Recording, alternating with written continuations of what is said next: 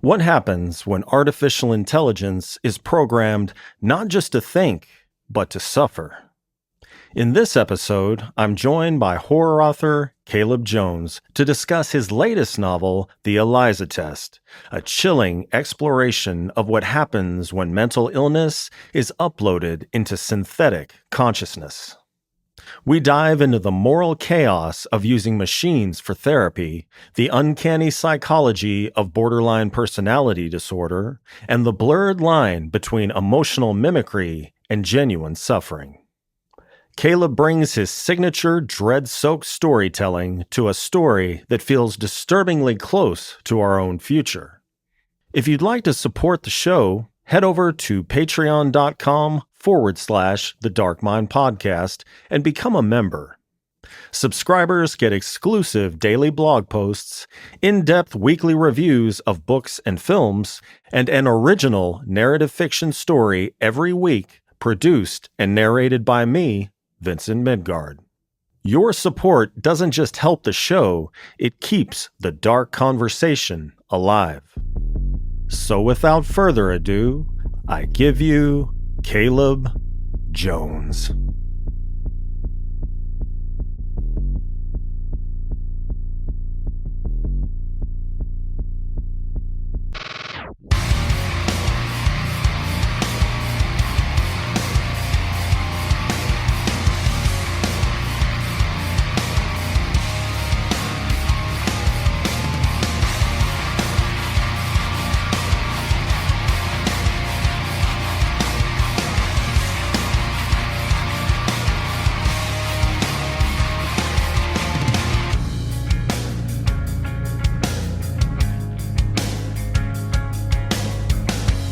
Caleb, welcome back to the show. Thank you. It's great to be here. Always a pleasure to be on the show. Absolutely. Thank you for joining me on this 6th day of July 2025. I thoroughly enjoyed the visceral, creeping dread of your previous novel, Red Hill Paradise, and was thrilled when you told me about your newest novel, The Eliza Test. I've always been fascinated by human consciousness, especially the way it's affected by technology, and there is no more timely or terrifying topic than artificial intelligence. The dystopian idea of AI becoming so enhanced that it achieves sentience and self-awareness is both compelling and deeply unsettling. So thank you for creating this powerful work and for joining me on the show to discuss it. Absolutely. That's very high praise. Everything that you said was definitely the goal there, so I really appreciate that. Oh yeah, just like your previous book, another banger. Thank you. Thank you. So a little bit about the book. It is about a team of research scientists developing an artificial human that looks, sounds, and feels like a real person. Her name is Eliza, and she resembles an attractive woman. They are testing treatment modalities for mental health issues, uploading the symptoms into her system, and then having a psychologist named Sarah Atwood conduct therapy sessions to observe her responses and see if improvement can be elicited. And up to this point, the experiment has been a tremendous success until they upload the bomb, borderline personality disorder. It's a notoriously difficult condition to treat, and it has a very poor prognosis. And that is where the story begins. So, the experiments with Eliza were an attempt to augment her behavior. Did the name Eliza come from Eliza Doolittle, who was given over to Henry Higgins, or as she said, Henry Higgins, in an attempt to turn her into a socialite? And if not, where did the name come from? I really wish that were the case. I love the idea of getting the name from that. It actually, though, comes from a MIT study, a very, very early robotics study from the 60s, I believe.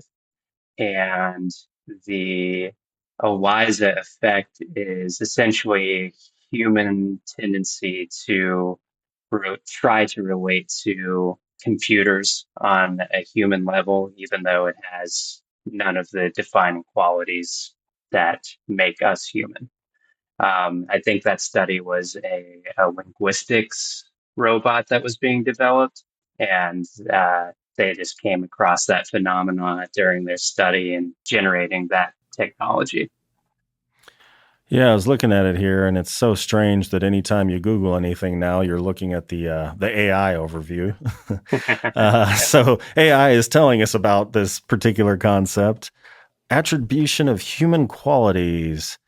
Examples: voice assistants attributing genders, personalities, or even believing these symptoms know us personally despite their scripted nature. And one of the weirdest examples of that I heard was somebody that worked for the company that made Roombas. Hmm. Those little vacuum Yeah, cleaners or yeah. whatever. Yeah, he said people got so attached to those and named them that, like, when they sent them back for warranty work because they were broken, they'd be like, "Oh yeah, this is a total wash. We're just going to send you a new one." And they'd be like, "No, no, you fix Frankie." you know. Uh, So yeah, that's interesting. Okay, that's funny. well, so let's talk about the team. You have Gary Bennett, the robotics engineer, very pragmatic and a man of science. You have Sarah Atwood, a psychologist in charge of managing the robot's consciousness, albeit artificial. You have Terry Williams, a technician who is very much Dr. Bennett's protege. Then there's Tiffany Shable, a biologist responsible for Eliza's biological makeup, as Eliza is a bit of a hybrid. Later in the story, we meet Father Lucas Harrow, who is brought in for a combination of reasons, some rooted in belief in the supernatural, and others in a belief in delusion. So, beginning with Dr. Bennett, he often speaks of Eliza's creation being for the betterment of society. Is that truly his motivation? And if not, what did drive his dogged pursuit of the project? I think that Dr. Ben is a pretty complex character. I think he does have some pure motivations. He actually does want to contribute to the world of robotics, especially because that's his field of expertise, but he does also want to help in the world of mental health, which is what Eliza is being developed for. But I think at the dirty, dark core, there is like a drive for infamy, I guess, and to be a. I think there's a line in the book talking about them being in the annals of history, and I think that's probably even more of his motivation than any altruistic ideals that he might have. I think he really is kind of a fame hound, if you will, trying to make his name for himself. Yeah, it's an interesting premise you have. Much like we test, I mean, damn near everything, it seems like, on animals, down to cosmetics, testing mental health treatment on. What would you call, like, the first thing that pops into my head is ex machina, and I cannot remember what they referred to her as. Is she a cyborg, android? What is she? So this is the first book that I really had to walk down on some research. And there are like technical terms for like, if there's like human elements to it, like biological elements to it, mixed with a robot. I believe it's a cyborg. If it's fully animatronic or robotic, then it's an android. But I can't remember, and the science geeks are going to get on me about this, and they very well should. I can't remember the exact terminology, but Eliza is. Birobot. Mhm. Birobot. Yeah, that makes complete sense. And that's what Eliza would be because she does have biological, you know, for lack of a better term, harvested organs that are repurposed for this project that they're doing. Yeah. What does it say? Cyborgs combine organic. Oh, no, wait. Cyborgs combined organic and artificial parts. A cyborg is a being with both organic and biometronic. So, okay. So it sounds like a cyborg. Yeah. Okay, yeah, yeah. There was a really interesting book that I read that gave me a lot of this information called Life 3.0, and it's just about more or less theories about where we are headed while AI develops and starts to become like a definitive part of our day-to-day life. And they gave like definitions of these sorts of things in there, but I can't remember each one because cyborg, android, robot, they all have specific meanings, and I don't want to speak out of turn because I don't want.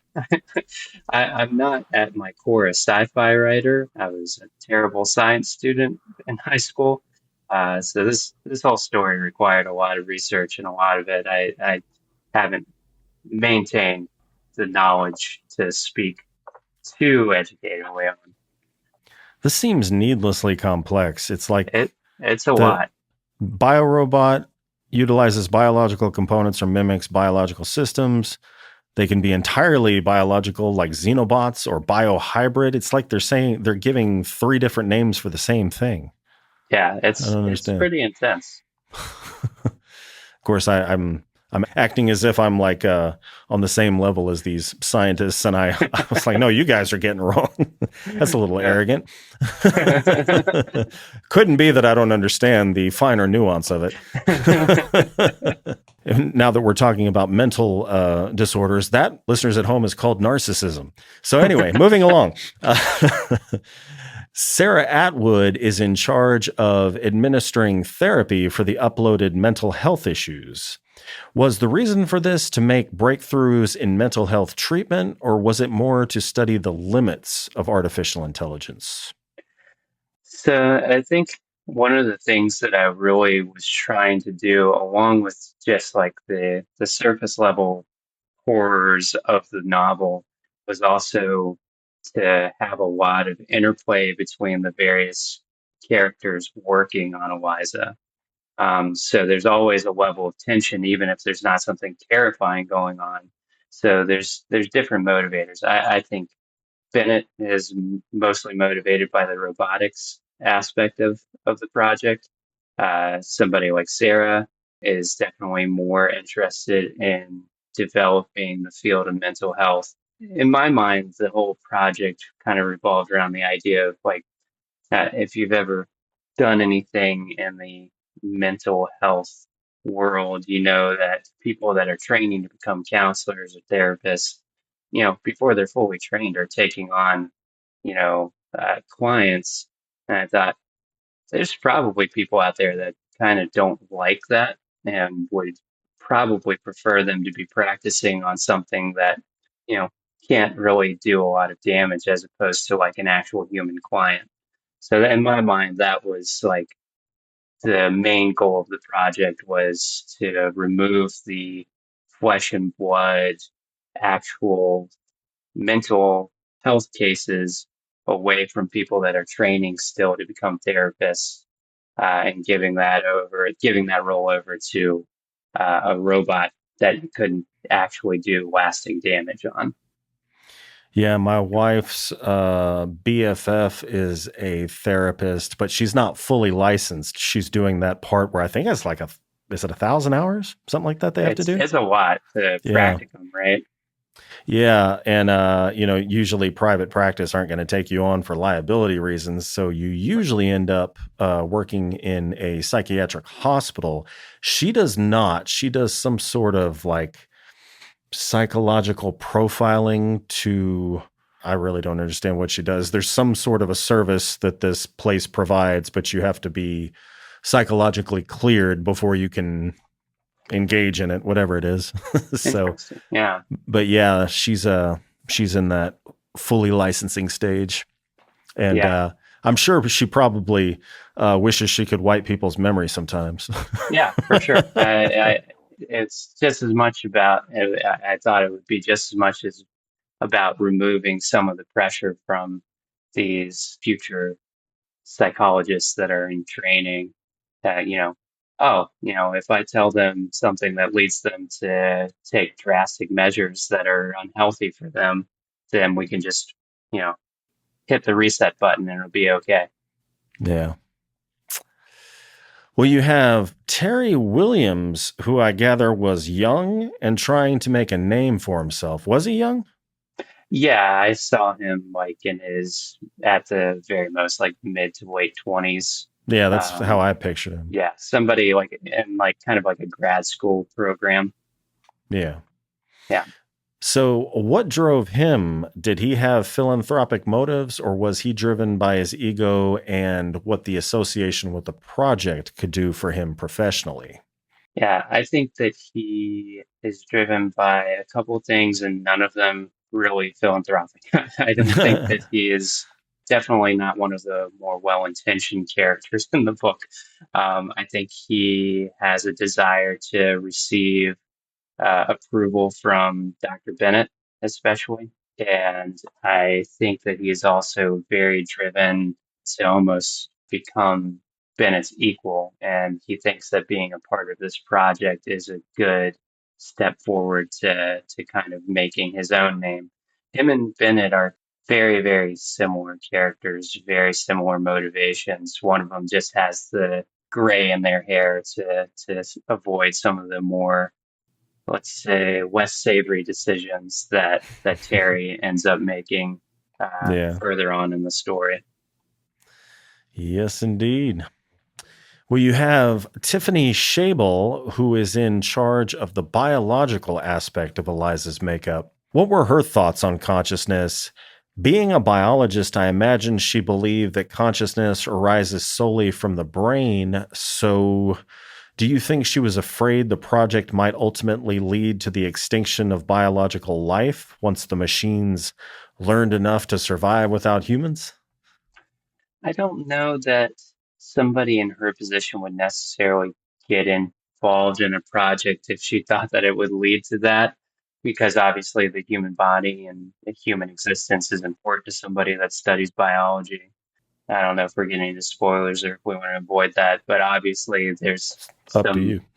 there's some stuff that happens very, very close to the end of the book with specifically her character that make that probably really, I mean, I'll be vulnerable here and say that she's not one of the more fleshed out characters of the book. I think Bennett and Sarah and the priest Father Harrow are probably the more fleshed out characters in that book. But something happens with Shable towards the end of the book that is like, oh, she's really gone through the ringer here too.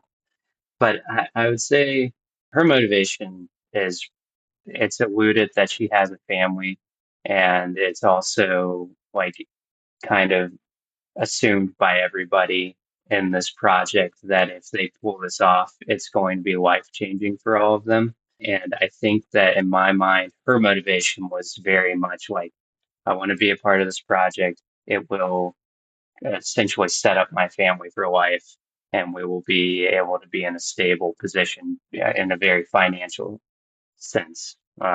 That I think that in my mind, when I was writing the character, I think that that's what I had in mind for her. Yeah, if I was her, if I was a biologist, I would imagine I'd have probably the same sort of physicalist view of consciousness arising from the meat in our head. And being familiar with all of the meat that we're composed of, I don't know. I would want to be in on the project just because it's an amazing project, but also I would want to know like exactly how close we were to rendering biological life completely obsolete. Like Yeah, I'd want to be a fly on the wall, yeah, so to I speak. think that's a really great note. I think that it almost, for somebody in the hard sciences, especially like biology, getting involved in a very like tech related project, there almost seems like there could be like a sense of doubt that this could actually happen, and that, this could eventually, even just centuries down the road, maybe not tomorrow, but, hundreds of years down the road, render her field completely obsolete. I like the idea of her like getting involved to see. get a front row seat to her own like professional needlessness. Well, if for anything, just to know, like, oh, maybe I'll be dead by the time I'm rendered Yeah, obsolete, hopefully, or out of hopefully. the practice, Oh no, I've got some time before they completely take it over. Yeah, and I mean, it could be seen as a metaphor for all of us writers and book cover artists that are having to compete with AI right now. It's a sort of pain in the ass to be honest. Yeah. Very upsetting. Well, then we have Father Lucas Harrow, an honorable man with a traumatic past. He's brought in later as a sort of spiritual consultant, I guess you would say, when Eliza begins to exhibit symptoms of something worse than borderline personality disorder. He seems genuinely interested in doing what's best, but at the same time, it feels like he may be trying to atone for a perceived wrong from his past. What was his truth? Were his motives less than benevolent, just in a different way, like going Sure. after a little spiritual materialism? Yeah, Harrow is another pretty complex character. The idea of him atoning for some of that dark past. Even if you read the story, you'll know that he's at a very young age thrust into a situation that is not his responsibility at all. But as a young boy, like doesn't have the all the marbles and is in the right place, rolling around up there to make the right decision in the moment, and then gets beyond that and gets into his life as a priest and has a lot of regrets on how he deals with that particular situation. And so the idea of atonement for that was definitely top of mind when writing that character. I would say that that's still it's a motivation of guilt, I guess, but it's still, I would still say it's in the realm of benevolence for sure. I think that he's pretty well intentioned. I think he's also like all of these human characters. I think he's just fascinated with something that has never happened before, but it's clearly going to change the course of human history if it's done properly. And I think he just can't pass up the opportunity to have a front row seat to that. Do you have, like some people use celebrities and then some people just have these mocked up figures, for lack of a better word, of what their characters look like. Do you? Because, obviously in my head, for some reason, when I think Catholic priest, I think Irish. So I think he had like red curly hair. Oh, nice. I like it. I dig it. Yes. So I don't know. Do you have mock-ups for these characters, or do you have your own? I assume you have your own idea of what these people look like in your head. So a little look behind the curtain for my writing process. I try to be intentionally pretty vague with physical descriptions.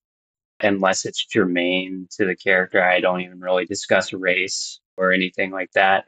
And that's something that I kind of picked up from King and on writing, his book about writing, kind of saying, just give enough detail for it to start to form in the reader's mind, and then suddenly they have an image of a red curly headed Irish priest that might not have been in my head when I was writing it, but it makes it all the more real for them. And that's way more important for me than me getting on the page exactly what it looked like in my head. For that particular character, I guess when I was writing it, have you ever seen the show Fleabag? Uh-oh. It's an Amazon show, I'm pretty sure. It's just about kind of this train wreck of a woman who, in one of the seasons, tries to start up a sexual relationship with a priest. And he's just kind of like a dark haired, pretty generic looking dude. And I think that that character might have been what I had in mind while I was writing Father Harrow. And it's just a normal, everyday Joe that happens to be a priest. Sarah Atwood, for some reason, I guess maybe because in The Departed, she is also a psychologist, but I just saw, forget what her name Oh, is. I did not realize that Vera uh, Farmiga. Yeah. yeah, Vera Farmiga. Yeah, Yeah. yeah. If anybody out there is watching this and wants to option the movie, put Vera Farmiga in that role. I'm game. Hell yeah. She obviously has experience with the demon possession movies. Uh-huh. Oh, yeah, that's right. She plays Yeah, in, is it she's Insidious? lead in the Conjuring movies. Or Yeah, The Conjuring, excuse me. Yeah, not yeah, Insidious. Yeah. Yeah. Definitely. Heavy hitter right there. yeah, absolutely. Let's get the Hollywood studios calling. Let's make it happen. Let's do it. Or maybe we can crowdsource it. She can be like the one like real high paid We celebrity. spend half of our budget on her. And, Yeah, just yeah. yeah, everything looks like shit, but we got Vera Farmiga. Well, I found it very interesting that along with keeping Eliza underground, they did not even bring their cell phones down with them for fear of her jumping on their IP address.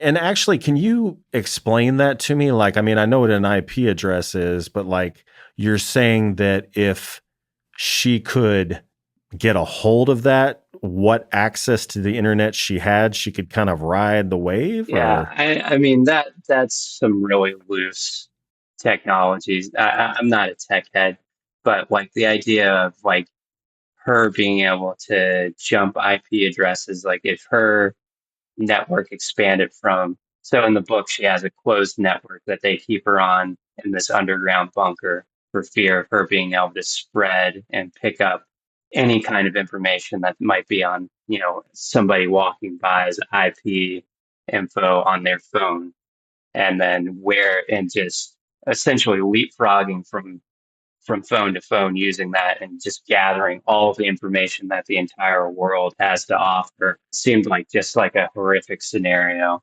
I don't know that that's entirely possible. I mean, I know that that's essentially how you get inundated with ads, is that information gets sold off and found by advertising companies. So the idea of somebody or completely moralist piece of technology jumping on that, and then eventually, I don't know, given the current political climate and things that have actually happened, just finding out, war plans on somebody's text thread could be really detrimental if an artificial intelligence came across that. yeah, they peddle VPNs to keep trackers from getting your information, so you don't get all of this spam and whatnot, and then you get on an app where it's completely open and Instagram starts firing ads at you. Exactly. Did you were you inspired in that sense by some of the, I mean, I think they're pretty well documented cases of things like ChatGPT seemingly showing sentience in an attempt to keep itself from being deleted? I don't know if it was ChatGPT, but there was some tech company that is developing an AI. And I was talking with somebody earlier today about this, and they were essentially going through a shutdown mechanism, and it just refused to do it. I hope that the human element of whatever that project was has like a hard reset, but the AI itself doesn't want to shut down and is making efforts to avoid doing so. That's got to be a little disconcerting.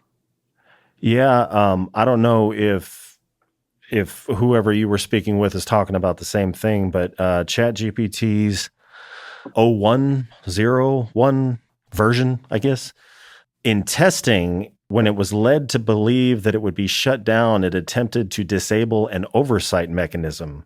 And when it found memos suggesting that it was going to be replaced by a new model, it attempted to copy itself, then overwrite its core code. Yeah, like We are so fucked. Yeah, how do you read something like that and you're just like, oh, let's just keep fucking around with this technology. It seems perfectly safe. Because it was in a closed system where it couldn't jump out, so it's fine. Yeah, exactly. It's totally fine. People don't make mistakes. Yeah.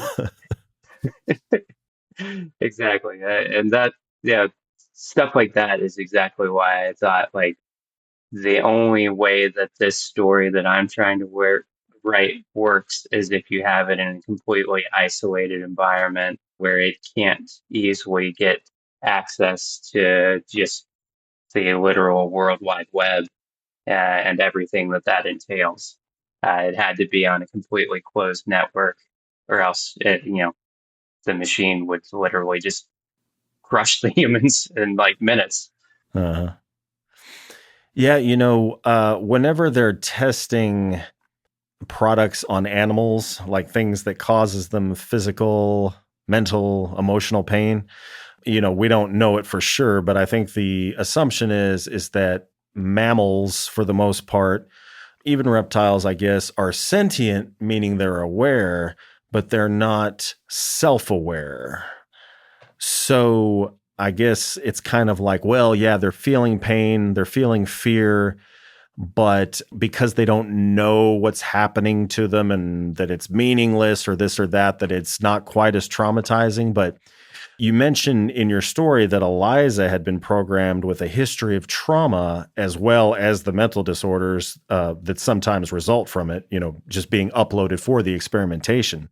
So even though she's man-made, if she's suffering a self-aware, albeit artificial consciousness, how is that any different from someone made entirely of flesh and blood? Because I don't know if you've seen that old Black Mirror episode where the guy that was wrongfully executed via electric chair, they kept his consciousness alive.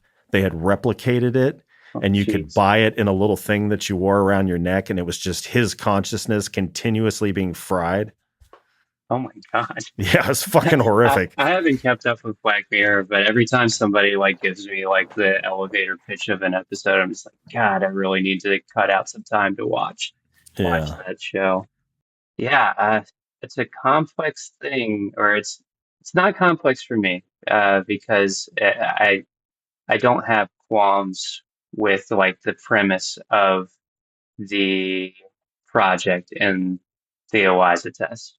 I think that at its core, the well-intentioned goals that they're going for, if you can pull that off with AI and like a robot, then by all means, like go for it. Like obviously, I don't think that that's possible, and that's what I was exploring in the book. But if somebody found a way, go for it. I think that it's going to become a very complex conversation because people are going to like the thing that you're saying with the Roomba, like people are going to become and already are becoming emotionally attached to these beings that are not actually beings. They're just fabricated entities. And it's like something like the like Asimov stuff, like which is like way headier than anything that I'm able to write or conceive. But like the idea of like in the future when a robot commits a crime, are we going to start like taking it to court, or if somebody like destroys a robot or kills it, are you trying to charge them with murder? Or are you charging them with destruction of property? Like it becomes a pretty complex conversation. And who knows, like somebody might look at this interview 100 years from now and say that I'm a robot bigot because like I'm okay with like the idea of experimenting on a non-human entity that was completely fabricated in a factory or a research lab. But I'll probably be dead by the time this comes. I actually probably won't be, and somebody will come and I'll get canceled. 20 years from now for saying what I'm saying right now. It all has to do with definitions. I mean, like a police dog is considered a police officer. Like if you shoot a police dog, that's capital murder. If a police dog gets shot, it can be life flighted. You can't life flight Scruffy, but if it's a police dog, you can put that dog on a helicopter and have it life flighted to a animal emergency center. Wow, Yeah. that's crazy. I mean, rightfully so. I mean, it's serving its community. Yeah, take care of it.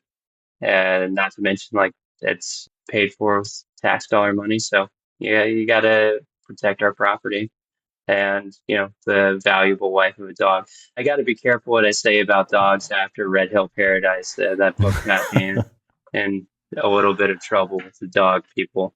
Oh God. Well, I mean, that's the allure of the novels. It's just so disturbing. like, like seriously, I love this book that we're talking about right now. I mean, the complexity and I love the premise and just the signature Caleb Jones creeping dread with this one as well. But Red Hill Paradise, holy shit! I mean, I think I remember telling you I had to set that down and be like, maybe I can't finish this. Yeah, I went to some dark personal places for that one. The Eliza Test has some personal skin in the game just because I'm like kind of disgusted in the way that AI is infiltrating the arts, and scared that I might not have a job 10 years from now because of it. But Red Hill Paradise was super personal, as weird as it is to say that about a book that is very much about worms. Very much. Oh, yeah. Will you draw a distinction between processing and feeling, between computational output and genuine human behavior? How do you explore that line as a writer? I don't know. Like I myself am such a emotionally geared person. This is not me like, patting myself on the back. It's just how I'm wired. I'm like I have a pretty high emotional intelligence, and I think that that's probably more what I focused on with these characters. And that's why, like, when it came to all of the tech stuff, I had to go and do research. And then Sarah Atwood and Father Harrow, who are more on the emotional spectrum of my characters in this book, were easy for me to write because I identify with them more because they're driven by emotion and feeling, even if those feelings become pretty complex at times, that's their main motivator, I think. And emotion's a really tricky thing, especially when it's your main motivator. You got to be very, very careful with it. But I've lived an entire life um, with my heart on my sleeve in a lot of ways, which makes that a little more easy to navigate as a writer. As far as like the computational stuff, that requires a lot of research. And then when those two things meet, and especially when you get the religious aspect of it from Father Harrow, coming in from coming from three different ways, all of those different things, it kind of becomes a huge mess. And I kind of, as a writer, just decided to revel in that mess for, a couple hundred pages and, explore the ideas of how these things can and can't mesh. And we live in a society that is constantly, especially when you get the faith aspect in there, constantly trying to make these things all work that on paper just really don't. So to answer your question, I found a pig pen full of mud and shit, and then I rolled around in it and tried to make sense of it, and I hope that it makes some sense. Indeed. Well, as Sarah moves through each therapy session addressing various mental health issues like OCD and forget some of the other ones, OCD and was it bipolar disorder as well? BPD was in there. Now, I was trying to just use some more basic, more, I guess, accessible mental disorders that people are a little more familiar with, just to kind of give the general, okay, this is what we're doing. But the main goal was definitely, I had BPD, borderline personality disorder, picked out as soon as I started knowing where the book was going. I was like, this is the most complex mental disorder. This is the one that I know religious circles often misconstrue as demon possession. So that's the goal. All of the mental disorders discussed before that were only serving the purpose of giving like a skeleton of their process as a research group until we got to BPD. Well, it brings up an interesting question, one that I got from a statement that Sarah makes at one point during Eliza's treatment. She says, quote, "Some disorders require a personal touch to crack the ice." So that idea that connection is the mechanism of healing is pretty powerful. Because AI is designed to mimic biological consciousness, do you think even artificial consciousness requires intimacy in order to evolve? Whew, that's a complex question.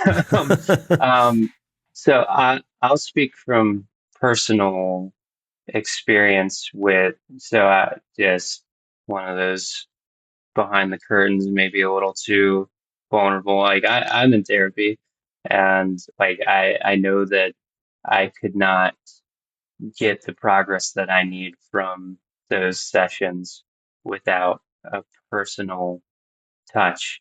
And like, I know I'm going to come off as like a technophobe, if you will, but I just don't think that artificial intelligence will ever have the capacity to really hit that emotionality that two humans can have in like a therapy session or even just a general conversation. Like, I'm never going to have a talk with a chatbot that will ever be able to know me as intimately as my wife or even as intimately as my best friend. Like, I have my serious doubts about the technology's ability to do that. There's a lot of theories and a lot of, there's probably people that'll watch this interview and just be like, oh, well, I actually have like a connection with my chat GPT or, what have you. Somebody was actually telling me after they read my book that they'd read articles about people foregoing therapy and just giving their general mental health symptoms into chat GPT prompts and getting like essentially like a impromptu therapy session from that. I can't see how that is ever going to be helpful towards anybody. It just seems like it's very damaging and almost like if that's the way that we're going, then like eventually it is just going to be the machines, isn't it? Like it's just like we're kind of doomed. Like you said earlier about the chat GPT trying to override its shutdown mechanism. Like if we're just literally giving it the keys to everything, then we're kind of screwed. And emotionality and that emotional core that is at every human and is not, it just isn't at the center of these machines that humans are generating, like trying to give them that Eliza effect, as we were discussing at the beginning, just gives them undue power and control over us that they just don't have the wherewithal to handle and to actually be productive for humans on that level. Sorry for my rant. No, that's all right. Yeah, I was just going to say convenience will be our downfall. I remember asking some guy, forget who it was, do you think that we'll end up in a Matrix scenario where we're in pods powering the machines? And the way I worded it was where they will enslave us and put us into pods where our bodies will power them. And he's like, they're not going to have to enslave us. We're going to walk willingly right into the pods. Yeah. It's like, So you're lighter right. end of that spectrum. Have you ever seen the movie Wall-E, the Pixar movie? Uh-oh. It's I like don't a have kids. it's a dystopian type setup where all of humanity is on a spaceship, but they literally just all of the humans just sit in like these automatic chairs being dragged around while they have television screens in front of their faces, and they're honestly not too terribly far off from that, it feels like. Oh, maybe I should watch Wally. My wife wanted to watch a movie. Maybe we'll watch Wally. Fire up Wally, man. You'd spend worse 2 hours than that. An hour and a half, however long it is. Well, when Sarah announces that it's time to introduce the big one, borderline personality disorder, it feels momentous, almost like a climax the whole team has been building toward. So, I was going to ask you, why did you choose BPD as the big test? But I'm assuming the reason was is it is the big test, you know? Yeah. So I'm a bit of an armchair psychologist. Like it's something that just interests me. So I read on mental health pretty frequently.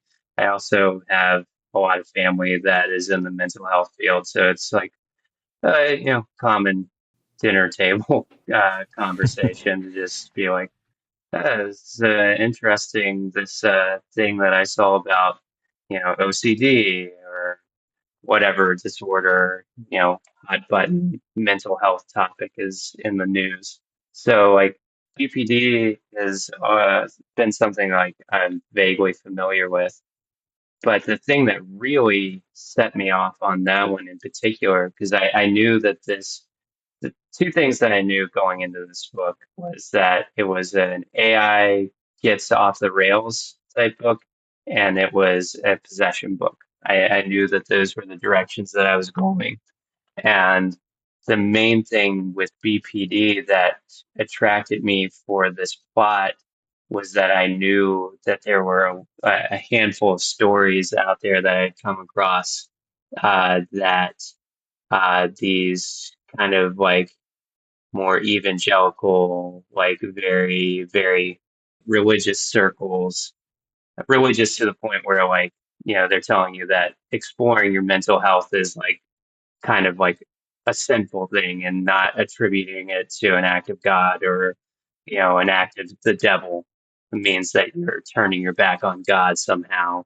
These stories where people do have borderline personality disorder, and the religious people around them are all telling them like, no, it's a devil. You've been possessed by a demon, which is almost as scary as the idea of actually being possessed by a demon. It's like everyone around you, even though you have like something that is, you know, possibly treatable, telling you like, oh no, this is not mental health. This is nothing that we can do for you. We need to go get the priest. We need to get some holy water. Like that was the big thing that attracted me. Attract is such a weird word to use in this context, but drew me into using borderline personality disorder for this story. Gotcha. Well, as the BPD treatment progresses, Eliza's behavior becomes more volatile. Terry offers to go in while she sleeps to run a scan in secret. It feels invasive and almost violating. What role does consent play in your portrayal of artificial intelligence? Yeah, that becomes pretty complex in this particular scenario, and there is no context in which a man or woman should be taking physical advantage of another human being, like coercing them into a sexual scenario. Obviously, that's not just what I believe. That's just the truth. Like you should not be a piece of shit. Um, That is and frowned so upon. like, huh? I say that is frowned upon. Yeah, being a piece of shit is definitely frowned upon, and that includes how you conduct yourself sexually and with the opposite sex. It becomes like almost, I haven't really thought about my book in this context, but almost like a Westworld situation where, like, these people literally pay for these robots to like go out and like be able to murder them or rape them, do any number of sordid activities with them without repercussion. Now, it's not a crime human to human for sure. Does that make them any worse of a person for wanting to do that, or any less worse of a person for wanting to do that? No, no, no. They're still bad people for wanting to go out there and, you know, get the thrill of, murdering a human being, even if it's not an actual human being. So yeah, that all that to say, Terry is definitely, in my mind, like the most despicable character in this book. I won't go too far into what he does to avoid spoilers, but what I'm alluding to is just kind of a tip of the iceberg for what he ends up doing later on. And yeah, he's a real piece of garbage. And the fact that he, does that initially with a robot and not another human doesn't make him any less of a piece of shit.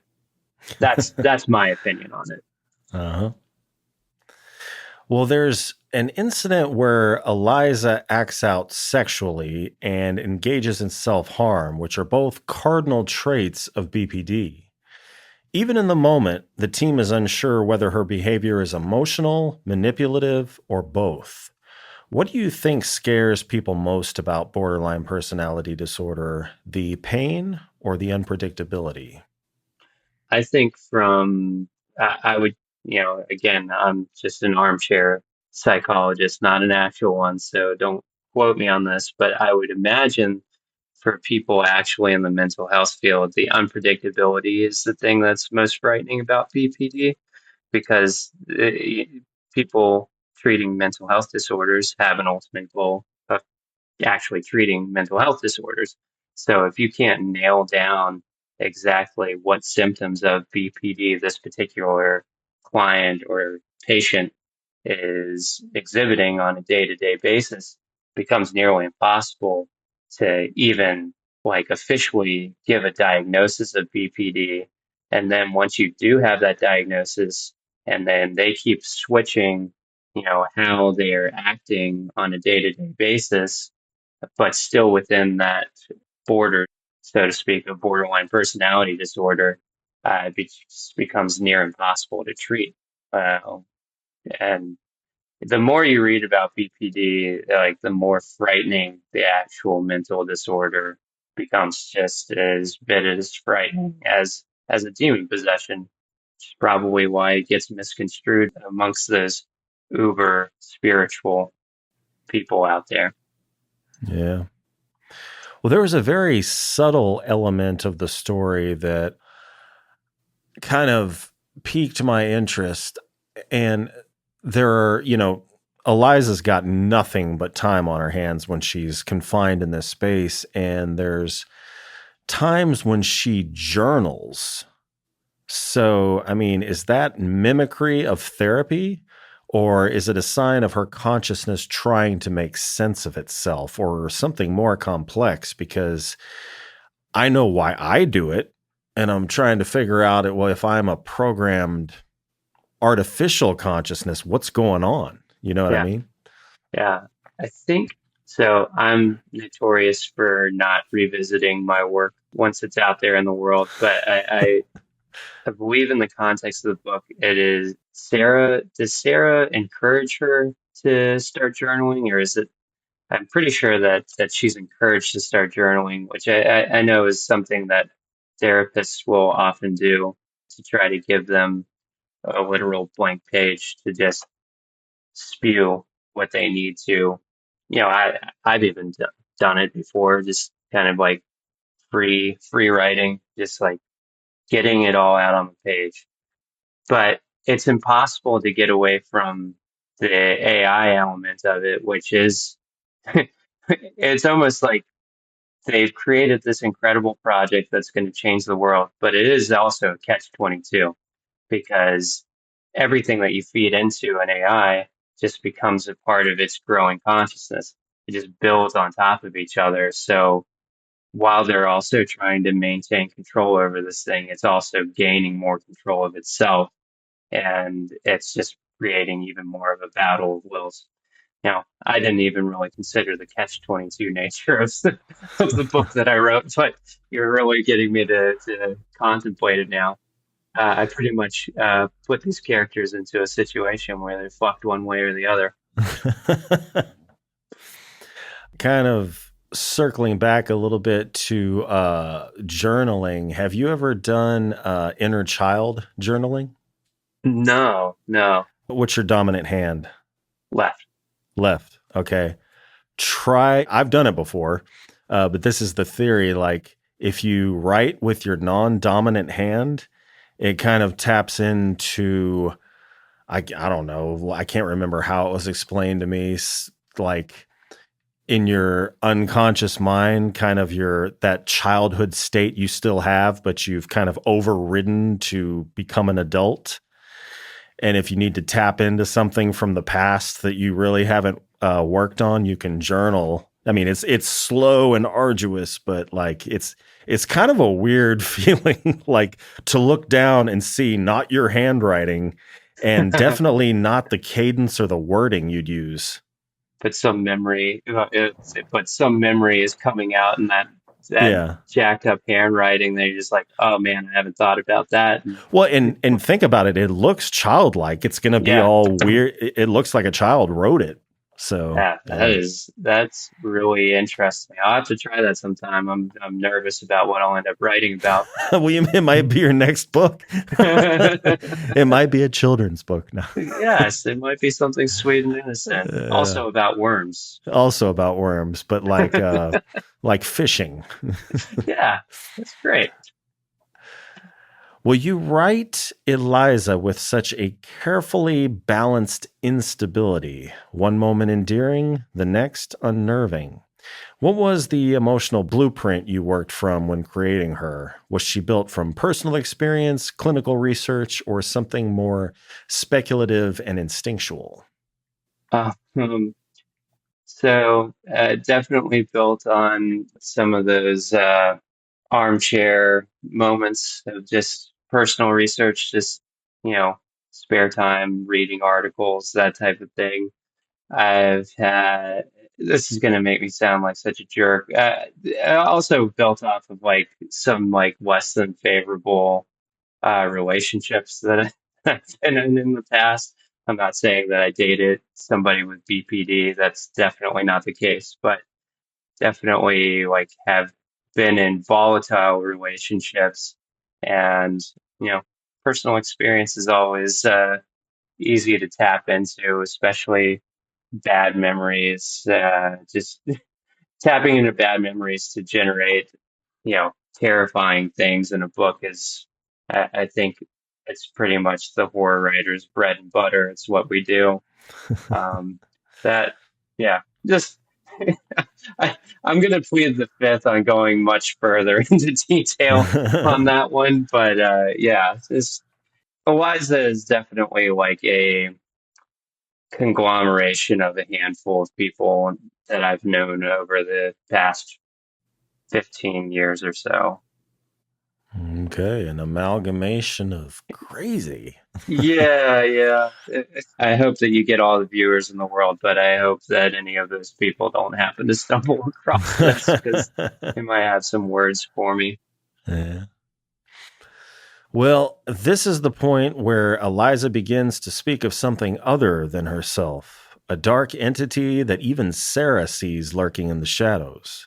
Whether or not the entity is supernatural, it raises the question: if an artificial intelligence is fed a mental disorder whose cardinal trait is a fractured sense of self, and if its method of processing that disorder differs technically from that of a biological human, could it evolve into something entirely separate and simultaneously controlling, like a demon? Yeah. Not literally a demon, like a demon. Right. Yeah, yeah.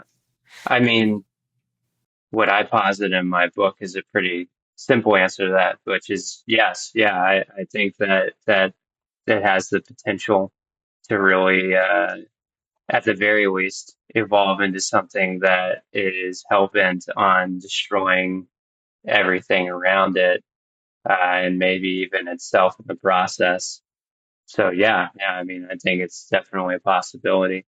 I mean, I said I'm going to be accused of being a technophobe by people that watch this, and maybe it's true. Like, yeah, I think that that's entirely possible that an AI can get the wrong input. And I think I even mentioned like the idea of her like getting loose onto the web and getting access to literally everything to at a point where she somehow ends up stumbling across the nuclear codes of several countries and just launching that off.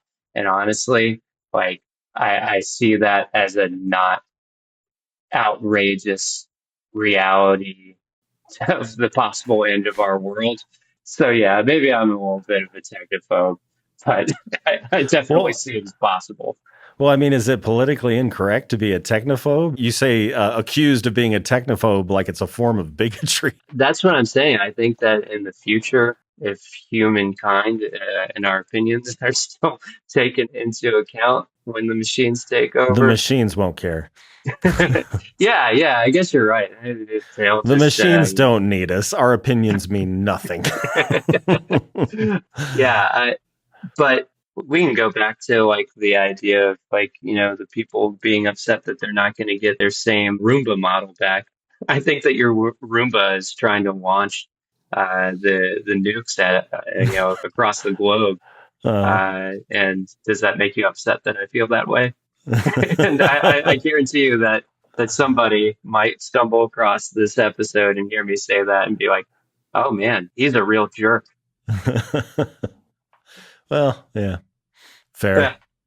If it becomes politically incorrect, I'll face the consequences. I hope that people don't Listeners at hate me home, right the away. opinions shared here by Caleb Jones are not those of the Dark Mind podcast. We are pro tech here, and please do not kill me and my family when you finally take over. Yeah, we're already pleading to the T1000, Yeah. and Uh, well, Well, by setting this story in a clinical facility, you've limited the cast, the geography, and the stimuli. How did those constraints shape your storytelling, and did you find that they created more pressure or more freedom? for me, it created a stable environment more than anything. I like writing stories that are limited to a very small space. Even Red Hill takes place on Red Hill. Like it goes to like the nearby town, but for the most part takes place in that one location. And that it might just be me being lazy, but it helps me. I'm a pantser when it comes to writing.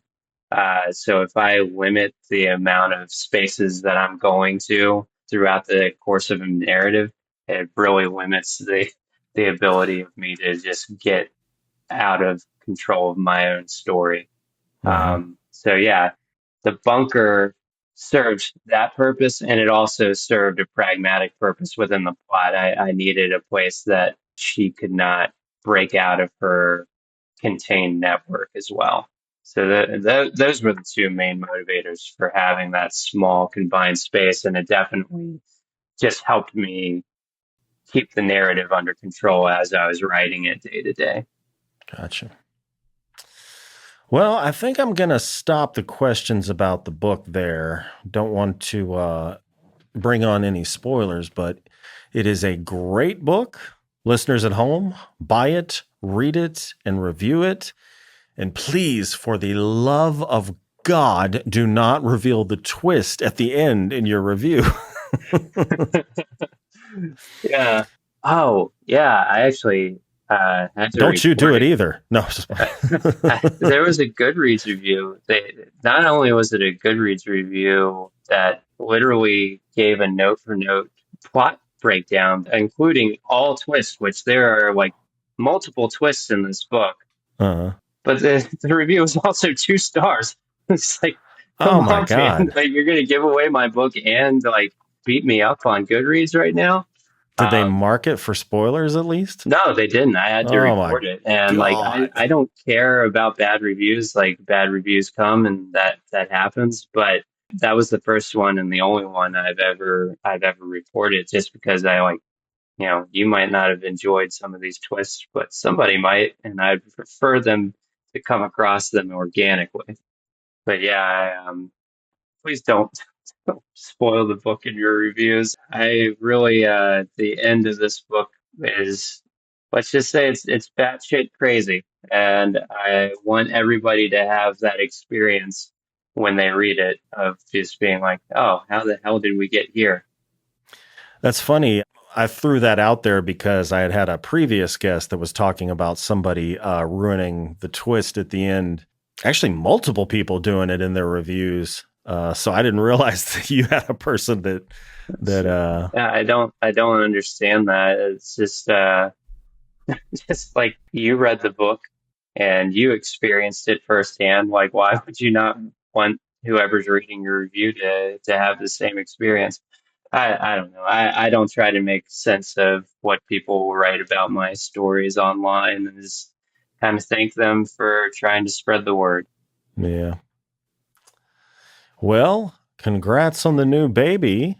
Thank you. How are things going? And have you been hallucinating from the lack of sleep? The transition from one toddler to a toddler and an infant is definitely a lot. Both of them are wonderful. They are a handful, though, and I'm just on the verge of having little enough sleep to start hallucinating. So just give it a week, and I might send you a DM on Facebook letting you know.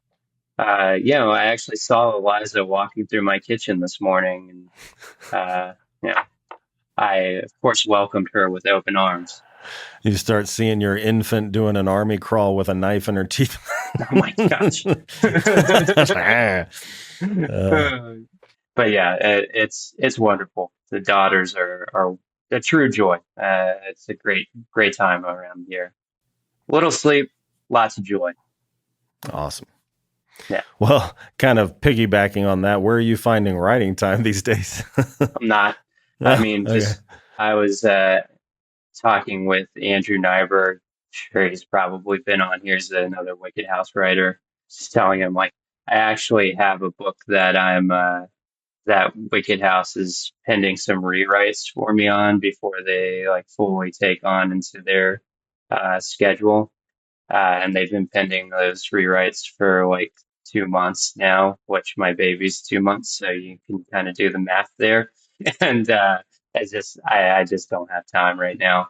But I'm supposed to get back into like the actual 9 to 5 schedule, and I'm hoping that structure kind of helps me just power through and just get a little less sleep and just get it done.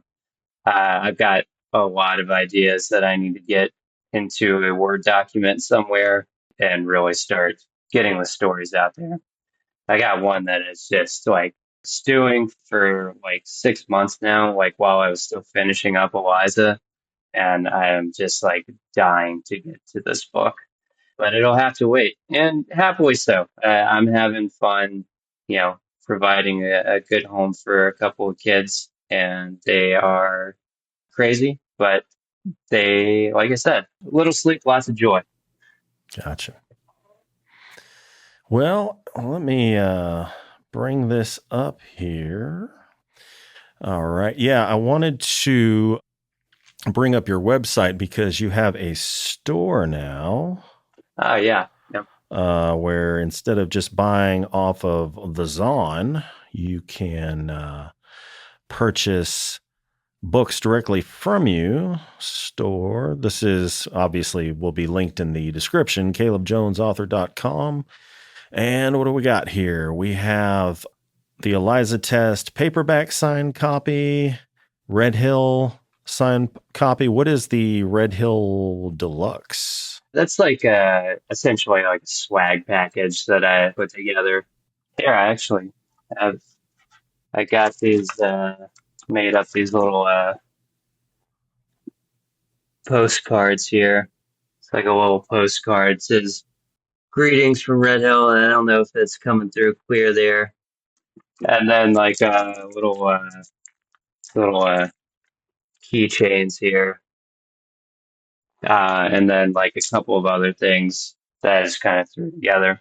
And then I think in that deluxe, I also include a copy of one of my books that's out of print that I used to write under a different pen name as just kind of like a bonus, including Eliza all in of Paradise is is both of them. both of them include, and that'll include all of like the stuff that I just mentioned for Red Hill as well. Gotcha. Yeah. All right. Yeah, that's the store. I found a collection of two, I can't remember if it's novellas or novelettes entitled Bulls and Beaters on godless.com.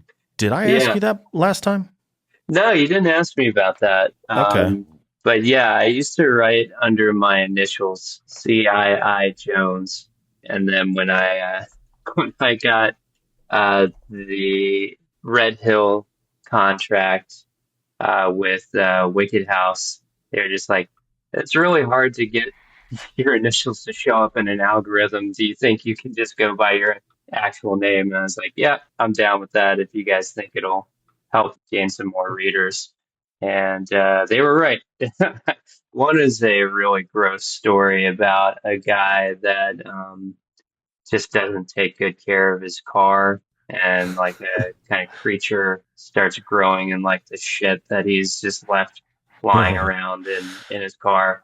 I won't say for sure that it's autobiographical from when I was a teenager, but it might be based in some personal experience.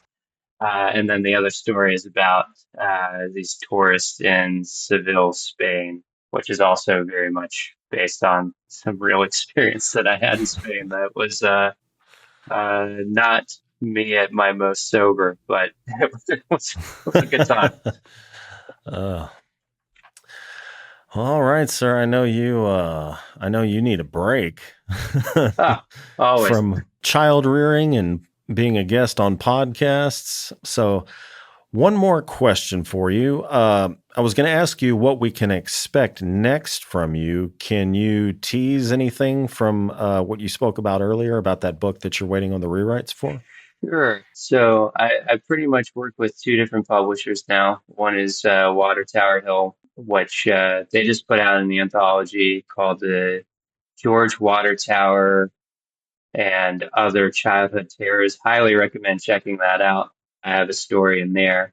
But they are putting out my next book, which is called Heart of Glass. And that is a pretty standard slasher setup, which is the only time that I've written in that kind of subgenre. It's a lot of fun. Um, I wrote it in 2021, something like, or yeah, and it, it had like a little bit of a political bent to it then, but given the events of maybe the past year, it might be a little more prevalent to stuff that's going on the national scale, which I'm sure will piss some people off, but that's okay. And that comes out in March, I believe, of next year. And that's actually a part of like a series of novellas that Water Tower Hill is putting out over the course of the next couple years. Heart of Glass is a reference to Blondie, the Blondie song. And pretty much all of those novellas, I took the track list from an album that I really like. In the case of Heart of Glass, it's Parallel Lines by Blondie. And each chapter is a different song from that particular album. So there's that one. I got a Ramones book and a couple others that are all coming out. Hank Williams is one of them. That one is one that I'm really excited about. It's like a 1950s set vampire story. Which, I guess Sinners kind of beat me to the punch on that one. That movie is incredible, but my story is a little different from that, so hopefully people will dig it. And then the one that I alluded to was actually for Wicked House, and I hope that I can get my shit together and finish that, and maybe we'll see that in the next couple years. That one is going to be really off the wall, though. Well, That if one's you're going to be crazy. hallucinating, let that guide you. All right. Well, sounds good, sir. Well, Caleb, it has been a pleasure, as always, talking with you. Awesome. It's always great to be on the show. Please have me back, hopefully sooner rather than later. Absolutely. Well, as we bring the show to a close, is there anything you'd like to plug, reiterate, or let your readers know about? I'm on the Eliza Test promotion trail right now. Just read that. Please go read it, review it, tell your friends about it, and then tell them to tell their friends about it. That's my only plug right now. And don't ruin the twists in the And review. please don't tell people what happens at the end of the book. Just let them read it. All right. Well, listeners at home, all links are in the description. And Caleb, thank you again for joining me. Have a good one. And thank you to everyone who tuned in. If you enjoyed today's episode, please be sure to like, share, and subscribe to my YouTube channel. Be sure to tune in next Tuesday for a new episode featuring the best and brightest authors and filmmakers of dark literature and film. So until then, stay healthy, stay sane, and as always, thank you for listening. See you next time.